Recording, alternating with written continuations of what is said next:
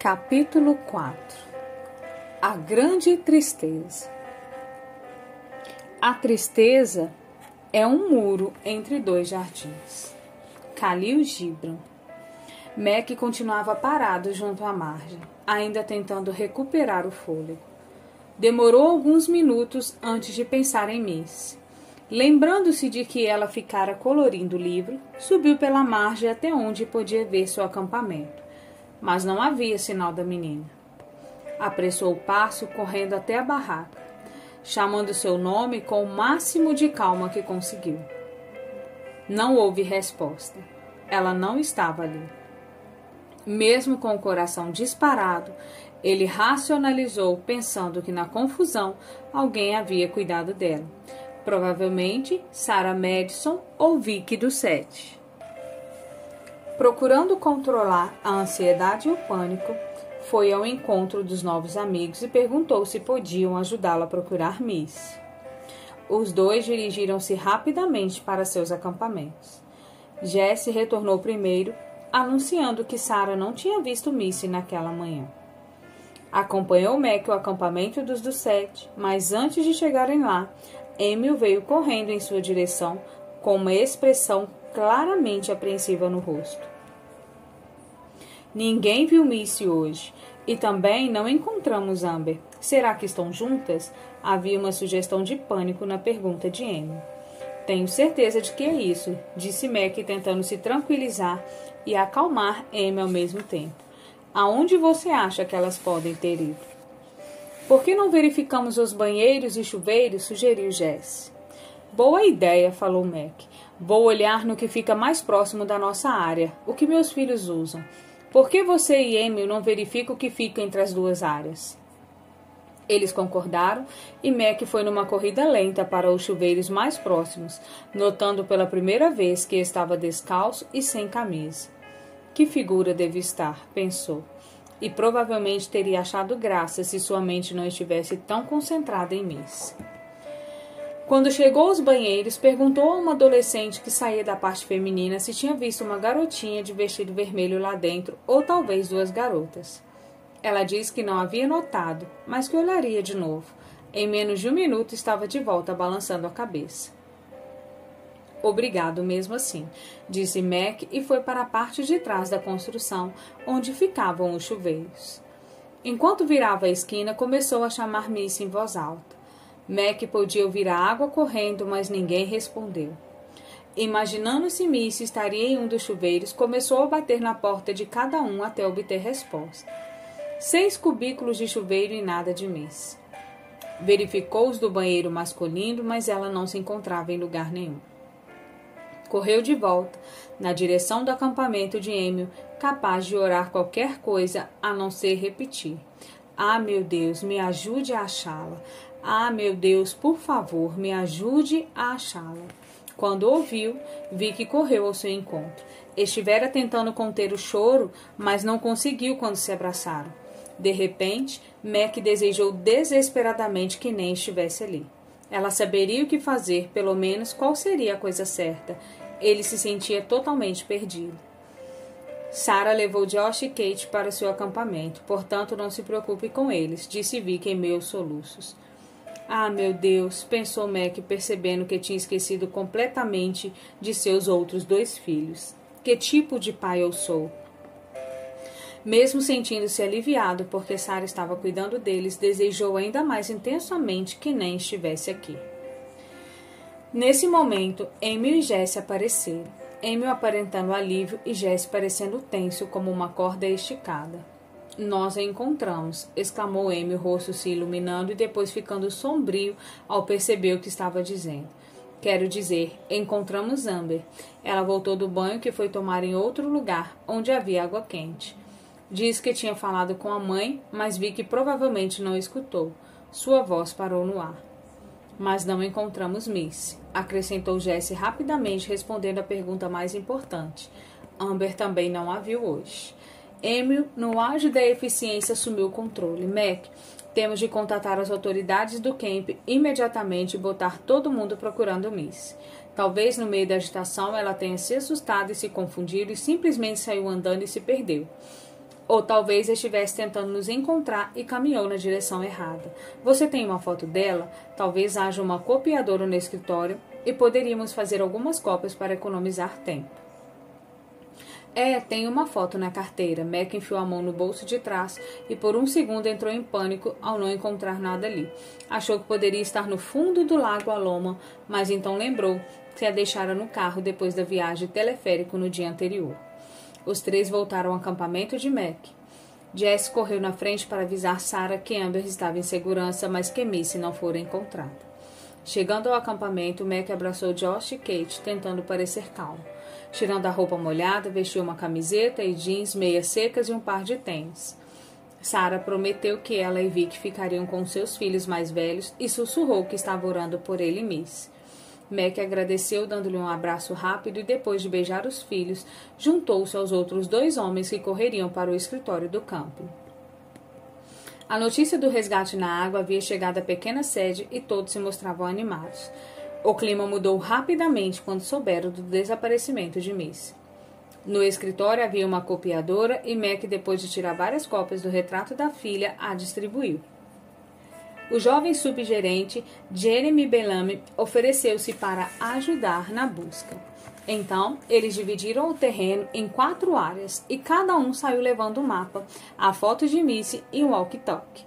Era um trabalho lento e metódico, lento demais para Mac, mas ele sabia que esse era o modo mais lógico de encontrá-la se ainda estivesse no campo. Enquanto andava entre barracas e trailers, orava e fazia as promessas. Tinha consciência de que prometer coisas a Deus era idiota e irracional, mas não conseguia evitar. Estava desesperado para ter Missy de volta e, sem dúvida, Deus sabia onde ela se encontrava. Muitos campistas estavam acabando de arrumar suas bagagens para ir embora. Ninguém tinha visto Missy ou qualquer menina parecida com ela. A pequenos intervalos, cada grupo de busca entrava em contato com o escritório para saber se havia alguma novidade. Mas não houve qualquer notícia até quase 2 da tarde. Mac estava terminando de vasculhar sua área quando veio chamado pelo walkie-talkie. Jeremy, que cobria a área mais perto da entrada, achou que encontrara algum indício. Foram todos ao seu encontro. Mac chegou por último e viu Emil e Jeremy ouvindo atentamente o rapaz desconhecido. Emil disse a Mac rapidamente o que ouvira e o apresentou ao rapaz. Seu nome era Virgil Thomas e ele estava acampado na área alguns colegas desde o início do verão. Os outros dormiam pesadamente quando Virgil viu uma velha picape verde-oliva saindo do camp e descendo na direção de Joseph. Mais ou menos a que horas? Perguntou Mac.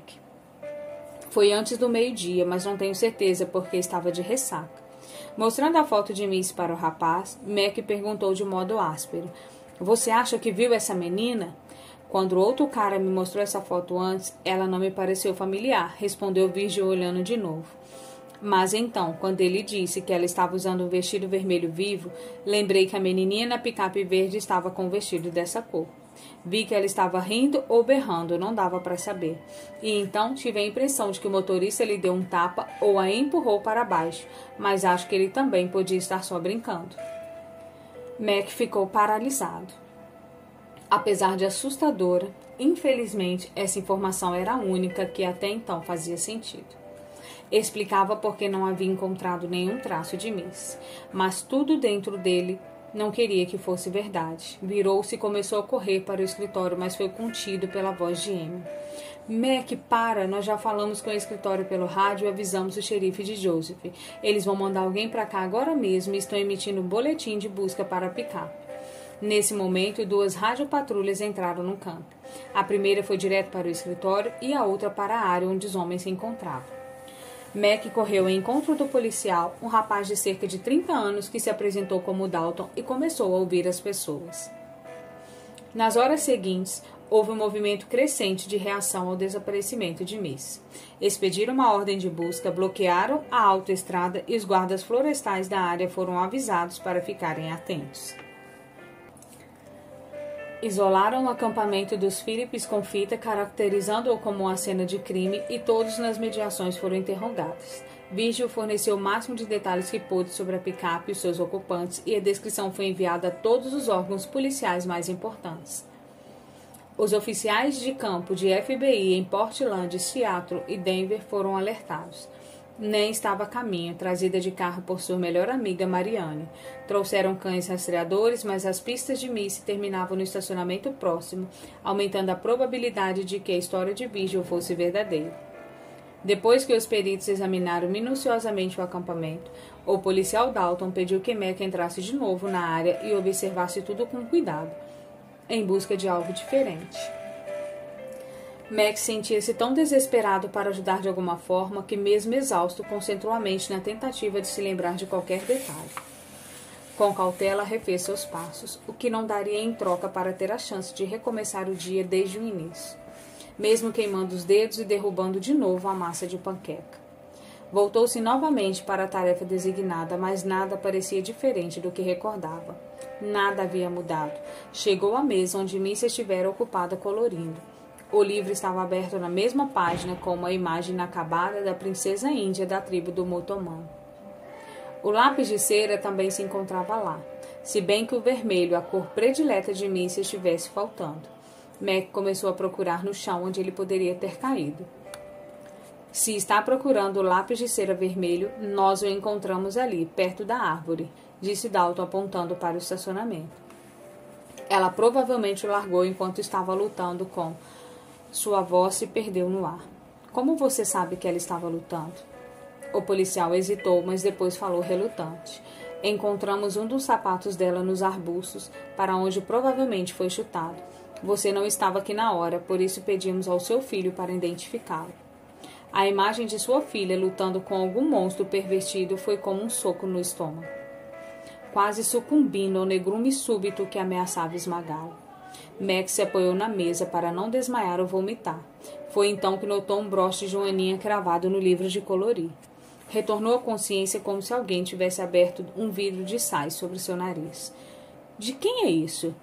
Perguntou Adalto apontando para o broche. — De quem é o quê? Esse broche de joaninha, quem pôs isso aí? Nós achamos que fosse de Miss. O broche não estava aí de manhã? Tenho certeza, afirmou Mac enfático. Ela não tem nada assim. Tenho absoluta certeza de que não estava aí de manhã. O policial se comunicou pelo rádio e em minutos os peritos retornaram e levaram o broche. Dalton puxou Mac para um canto e explicou. Sei o que o senhor diz é correto. Temos de presumir que o agressor de Missy deixou isso aí de propósito. Fez uma pausa e acrescentou. Senhor Phillips, isso pode ser uma boa notícia ou má. Não entendo. O policial hesitou, tentando decidir se deveria contar a Mac o que estava pensando. Procurou as palavras certas. A boa notícia é que podemos conseguir alguma pista a partir do broche. É a única prova que temos até agora de que havia alguém aqui. E a má notícia? Mac perdeu o fôlego. Bom, a má notícia, e não estou dizendo que este seja o caso, é que quem deixa algo assim geralmente tem um objetivo. E isso pode significar que já fez a mesma coisa antes. O que? Reagiu Mac bruscamente. Isso significa que esse cara é uma espécie de maníaco? Esse é algum tipo de sinal que ele deixa para se identificar, como se estivesse marcando o território ou algo assim? A raiva de Mac foi crescendo, mas antes que explodisse, o rádio de Dalton tocou, conectando ao escritório do campo de FBI em Portland. Mac ficou atento e ouviu a voz de uma mulher que se identificava como agente policial. Ela pediu que Dalton descrevesse o broche em detalhes. Mac acompanhou o policial até o lugar onde a equipe de perícia havia estabelecido sua base de operações. O broche estava dentro de um saco transparente e, de pé atrás do grupo, ele ficou entreouvindo Dalton descrevê-lo. É um alfinete com uma joaninha que foi cravado atravessando algumas páginas de um livro de colorir. Por favor, descreva as cores e o número de pontos na joaninha, orientou a voz pelo rádio. Vejamos, disse Dalton com os olhos quase esgrudados no saco. A joaninha tem uma cabeça preta e o corpo é vermelho com bordas e divisões pretas. Há 2 pontos pretos no lado esquerdo do corpo. Faz sentido? Perfeitamente. Por favor, continue, disse a voz com paciência. E do lado direito da joaninha há 3 pontos, de modo que são 5 ao todo. Houve uma pausa. Tem certeza de que são 5 pontos? Sim, senhora, são 5 pontos. Certo. Agora, policial Dalton, poderia virar o broche e dizer o que há na parte de baixo da joaninha? Dalton virou o saco plástico e olhou com cuidado. Há algo gravado embaixo, agente. Deixe-me ver. Parece uma espécie de número de modelo. CK 146. Acho que é isso. É difícil ver através do saquinho. Houve silêncio do outro lado. Meg sussurrou para Dalton. Pergunte a ela o que isso significa. O policial hesitou e depois obedeceu. Agente, você está aí? Sim, estou. De repente, a voz pareceu cansada e oca. Ei, Dalton, há algum lugar isolado onde você e eu possamos conversar? Meg assentiu com ênfase e Dalton captou a mensagem. Espere um segundo. Pousou o saco com o broche e saiu da área, permitindo que Meg o seguisse. Pronto. Agora estou sozinho. Pode me dizer o que é? Estamos tentando pegar esse cara há quase 4 anos, perseguindo-o em mais de 9 estados. Recebeu o apelido de matador de meninas, mas nunca repassamos o detalhe da joaninha para ninguém. Portanto, mantenha isso em segredo. Acreditamos que ele seja responsável pelo sequestro e morte de pelo menos 4 crianças até agora. Todas meninas, todas com menos de 10 anos. A cada vez, ele acrescenta um ponto à joaninha, de modo que essa seria de número 5. Ele sempre deixa os broches em algum lugar da área do sequestro. Todos têm o mesmo número de modelo, mas não conseguimos descobrir de onde eles vieram originalmente, nem encontrar o corpo de nenhuma das 4 meninas. Mas temos bons motivos para acreditar que nenhuma delas sobreviveu. Todos os crimes aconteceram em camp ou próximo de campos, perto de um parque estadual ou uma reserva. O criminoso parece se mover com habilidade em florestas e montanhas. Não nos deixou, em todos os casos, absolutamente nada, além do broche. E o carro? Temos uma descrição bastante boa da picape verde em que ele fugiu. Vocês provavelmente vão encontrá-lo. Se for o nosso cara, ele deve tê-la roubado há 1 ou 2 dias, repintado e enchido de equipamento para caminhadas, e ela vai estar totalmente limpa. Enquanto ouvia a conversa de Dalton com a agente especial, Meg sentiu o resto de esperança se esvair. Sentou-se frouxo no chão e enterrou o rosto nas mãos. Pela primeira vez, desde o desaparecimento de Miss, permitiu-se considerar o alcance das possibilidades mais horrendas. E assim que isso começou, não parou mais. Imagens de coisas boas e coisas terríveis misturadas num desfile apavorante. Algumas eram instantâneos abomináveis de tortura e dor, de monstros e demônios da escuridão mais profunda, com dedos de arame farpado e toques de navalha, de Missy gritando pelo pai e ninguém respondendo. Misturado com esses horrores havia lampejos de outras lembranças. A menina aprendendo a andar, com o rosto lambuzado de bolo de chocolate, fazendo caretinhas engraçadas. Sobrepunha-se a toda a imagem tão recente de Missy caindo no sono, aninhada no colo do pai. Imagens implacáveis. O que ele diria a Nan? Como isso podia ter acontecido? Deus, como isso podia ter acontecido? Algumas horas depois, Mac e seus 2 filhos foram de carro para o hotel em Joseph. Os proprietários haviam lhe oferecido um quarto. Enquanto ele arrumava sua bagagem, a exaustão e o desespero começou a dominá-lo. O policial Dalton levara seus filhos a uma lanchonete. Agora sentado na beira da cama, Mac dava razão a todo o seu sofrimento. Soluços e gemidos de rasgar a alma saía do âmago de seu ser. E foi assim que Nan o encontrou. 2 seres feridos que se abraçaram e choraram desconsoladamente. Naquela noite, Mac dormiu aos sobressaltos, pois as imagens continuavam a golpeá-lo como ondas implacáveis contra um litoral rochoso. Pouco antes do nascer do sol, por fim desistiu. Vivera em um só dia anos de emoções e agora sentia-se entorpecido, à deriva num mundo subitamente sem significado. Depois de protestos consideráveis de Nan, concordaram que seria melhor ela ir para casa com Josh e Kate. Mac ficaria para ajudar como pudesse. Simplesmente não conseguiria ir embora, pensando que Missy talvez estivesse por perto precisando dele. A notícia se espalhara rapidamente e amigos começaram a chegar para ajudá-lo. Criou-se uma forte rede de solidariedade, todos os conhecidos orando para que Missy fosse encontrada. Jesse, Sarah, Amy e Vicky permaneceram o tempo todo desdobrando sem cuidados. Repórteres com seus fotógrafos começaram a aparecer durante a manhã. Mac não queria enfrentá-los, mas acabou respondendo às perguntas na esperança de que a divulgação pudesse ajudar na busca. Quando ficou evidente que a necessidade de ajuda estava diminuindo, os médicos desmontaram seu acampamento e vieram despedir-se. Choraram muito, abraçaram-se longamente e colocaram-se à disposição para o que fosse necessário. Vicky do 7 também partiu, mas Amy permaneceu para dar apoio a Mac. Em meio a toda a tristeza, Kate manteve firme-se, enviando e recebendo e-mails para que se mantivesse em comunicação permanente. Ao meio-dia, todas as famílias estavam na estrada.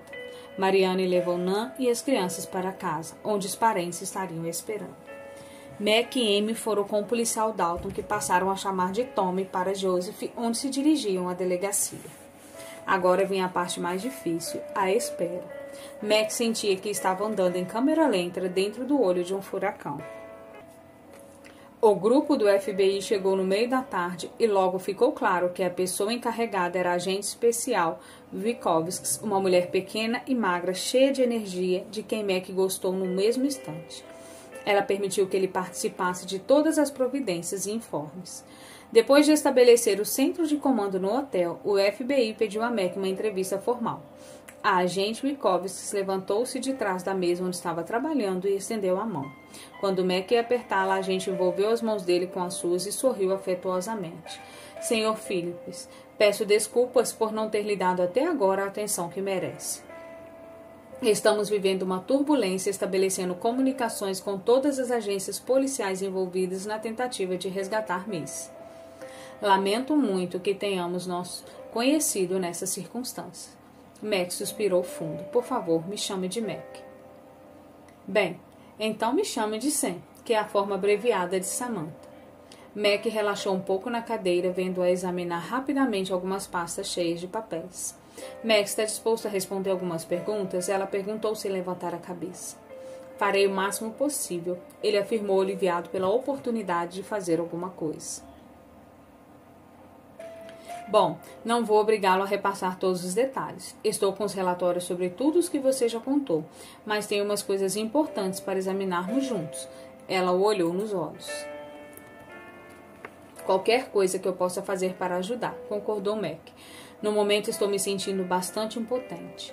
Mac, entendo como você se sente, mas sua presença é importante. E acredite, todos aqui estão dispostos a fazer o máximo possível para resgatar Miss. Obrigado, foi tudo que Mac conseguiu dizer olhando para o chão. As emoções pareciam a flor da pele, qualquer gesto de gentileza abria as comportas para as lágrimas saírem. Mac, ela continuou, você notou alguma coisa estranha ao redor de sua família nesses últimos dias? Mac ficou surpreso e se recostou na cadeira. Quer dizer que ele estava nos rondando?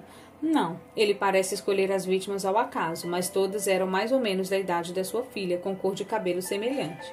Achamos que ele as descobre 1 ou 2 dias antes e espera vigiando de perto até encontrar o momento oportuno. Você viu alguém estranho próximo do lago, talvez junto aos banheiros? Mac se encolheu ao pensar que seus filhos estariam sendo vigiados. Esquadrinhou a mente, mas não descobriu nada. Desculpe, não consigo lembrar. Você parou em algum lugar enquanto ia para o campo e notou alguém estranho quando estavam fazendo caminhadas? Nós paramos na cachoeira Montomani, vindo para cá, e estivemos em toda a região nos últimos 3 dias, mas não me lembro de ter visto ninguém que parecesse estranho. Quem pensaria? Exatamente, Mac, tenha paciência. Algo pode voltar à sua mente mais tarde. Mesmo que pareça pequeno ou irrelevante, por favor, nos conte. Ela olhou outro papel na mesa. Que tal uma picape verde-oliva? Você notou algo assim quando estava por aqui? Mac revirou a memória. Realmente não me lembro de ter visto nada do tipo. A agente especial Witkowski continuou a interrogar Mac durante 15 minutos seguintes, mas não conseguiu despertar a memória dele o suficiente para descobrir algo útil. Por fim, fechou o caderno e se levantou, estendendo a mão. Mac, mais uma vez, lamento o que aconteceu com Miss. Se descobrirmos alguma coisa, eu o informarei imediatamente. Às 5 da tarde, finalmente chegou o primeiro informe promissor e a agente Witkowski colocou Mac imediatamente a par. 2 casais haviam passado por uma picape verde-oliva que correspondia à descrição do veículo que estavam procurando. Eles estavam em um trecho estreito da estrada e tiveram de dar marcha ré até um lugar mais largo para permitir a passagem da picape. Notaram que na carroceria havia várias latas de gasolina, além de uma boa quantidade de material de acampamento. Estranharam que o motorista tivesse se curvado na direção do carona como se procurasse alguma coisa no chão e estivesse usando um casaco pesado num dia tão quente. Acharam graça daquilo e seguiram em frente. Quando essa notícia chegou, a tensão aumentou na delegacia. Tudo o que havia descoberto até agora se encaixava no modo de agir do matador de meninas e Mac foi informado. Com a noite se aproximando rapidamente, iniciou-se uma discussão sobre a melhor alternativa: fazer uma perseguição imediata ou esperar até a manhã seguinte, logo ao nascer do dia. Todos pareciam profundamente afetados com a situação. De pé nos fundos da sala, Mac ouvia com impaciência a discussão, aflito para que se tomasse logo uma providência. Seu desejo era chamar Tommy e ir pessoalmente atrás do assassino. Era como se cada minuto contasse. Depois de um tempo que pareceu excessivamente longo para Mac, todos concordaram em dar início à perseguição. Mac ligou rapidamente para falar com Nan e partiu com Tommy. Agora só lhe restava orar. Santo Deus, por favor, por favor, por favor, cuide da minha Miss, proteja-a, não deixe que nada de mal lhe aconteça. Lágrimas desciam por seu rosto e molhavam a camisa. Por volta das 7 horas, o comboio de radiopatrulhas, utilitários do FBI, picapes com cães e alguns veículos da Guarda Florestal seguiu pela autoestrada até entrar na reserva. Mac ficou satisfeito por viajar com alguém que conhecia a área. Nas estradas, com frequentes curvas estreitas beirando precipícios, ficavam ainda mais traiçoeiras na escuridão da noite. A velocidade foi diminuindo até parecer que estavam se arrastando. Por fim, passaram pelo ponto onde a picape verde havia sido avistada pela última vez e 1,5 km depois chegaram a uma bifurcação. Ali, como fora planejado, a caravana se dividiu em duas, com um pequeno grupo indo para o norte com o agente especial Witkowskis e os demais, inclusive Mac, Emil e Tommy, indo na direção sudeste. Alguns quilômetros difíceis mais tarde, esse grupo se dividiu outra vez. E nesse ponto, os esforços de busca ficaram ainda mais lentos. Agora os rastreadores estavam a pé, apoiados por luzes fortes, enquanto procuravam sinais de atividade recente nas estradas. Quase 2 horas mais tarde, Tommy recebeu um chamado de Witkowskis a cerca de 15 quilômetros da bifurcação onde tinham se separado. Uma estrada antiga e sem nome saía da principal. Era praticamente impossível de se ver no escuro e cheia de buracos. Eles a teriam ignorado se a luz de uns rastreadores não tivesse se refletido numa calota de veículo. Debaixo do pó da estrada havia manchas de tinta verde. A calota provavelmente fora perdida quando a picape passou por um dos muitos buracos enormes do caminho. O grupo de Tommy voltou imediatamente. O coração de Mac batia aceleradamente como um começo de esperança. Talvez por algum milagre Missy ainda estivesse viva. 20 minutos depois, outra ligação de Witkowskis informava que se havia encontrado a picape debaixo de uma engenhosa armação de galhos e arbustos. A equipe de Mac levou quase 3 horas para alcançar a primeira equipe e nesse ponto tudo estava acabado. Os cães haviam descoberto uma trilha de caça que descia por cerca de 1,5 km até um pequeno vale oculto. Ali encontraram uma cabana em ruínas, à beira de um lago límpido, alimentado por um riacho cascateante. Cerca de um século antes, aquilo fora provavelmente a casa de um colono, mas desde então provavelmente servia só como abrigo para algum caçador ocasional. Quando Mac e seus amigos chegaram, o céu estava começando a clarear. Um acampamento base fora montado a cerca de distância da pequena cabana para preservar a cena do crime. Todos se reuniram e começaram a planejar a estratégia do dia. A agente especial Samantha Witkowskis estava sentada diante de uma mesa dobrável examinando mapas quando Mac apareceu. Seus olhos expressavam tristeza e ternura, mas suas palavras foram totalmente profissionais. Mac, nós encontramos uma coisa, mas não é boa. Ele procurou a palavra certa. Encontraram Missy? Ele temia terrivelmente a resposta, mas estava desesperado para ouvi-la. Não encontramos. Sam parou e começou a se levantar. Mas preciso que você identifique uma coisa que encontramos na cabana. Preciso saber se era. Ela se conteve, mas já falara no passado, quero dizer, se é dela. Mac sentiu que sua represa interna estava prestes a arrebentar. Vamos ver isso agora, murmurou baixinho. Quero resolver logo. Mac sentiu Amy e Tommy segurando seus braços enquanto seguiam a agente especial.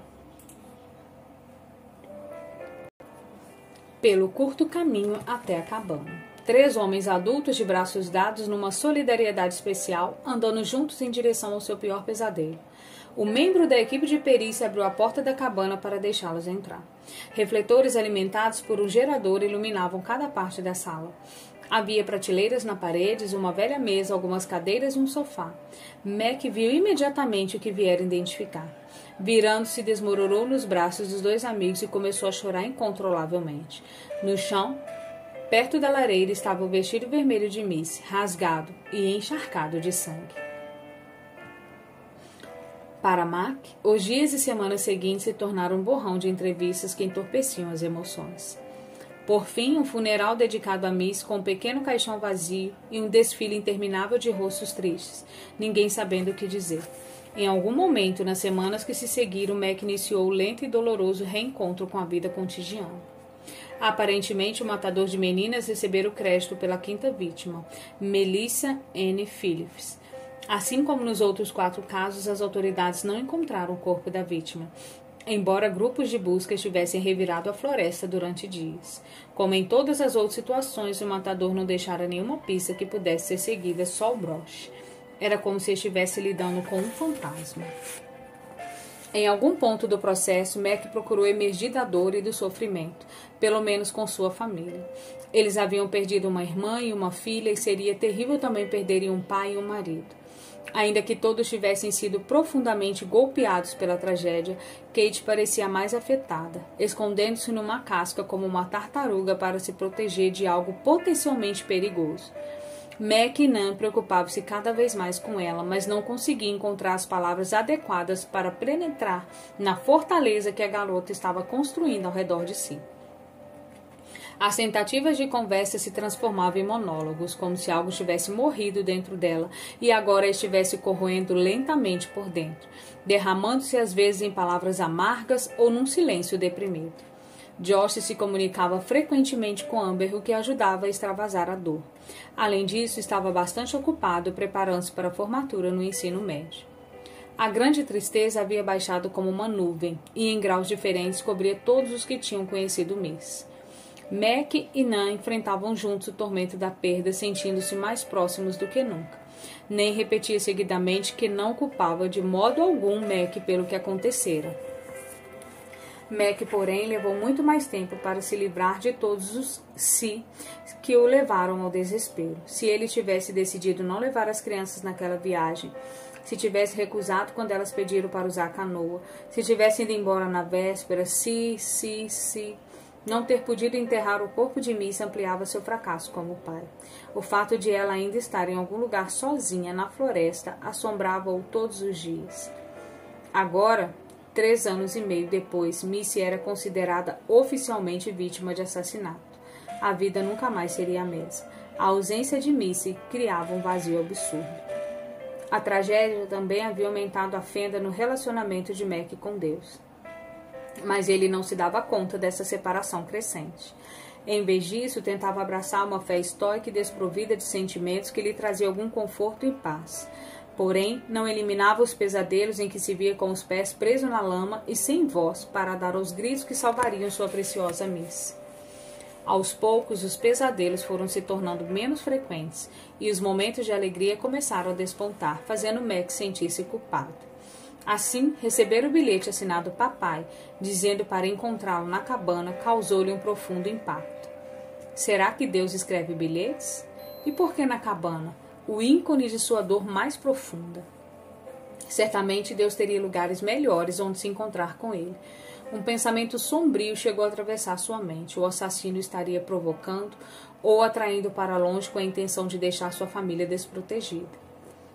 Talvez fosse somente uma brincadeira cruel. Mas por que estava assinado Papai? Por mais irracional que parecesse, Mac não conseguia deixar de pensar que talvez o bilhete viesse mesmo de Deus.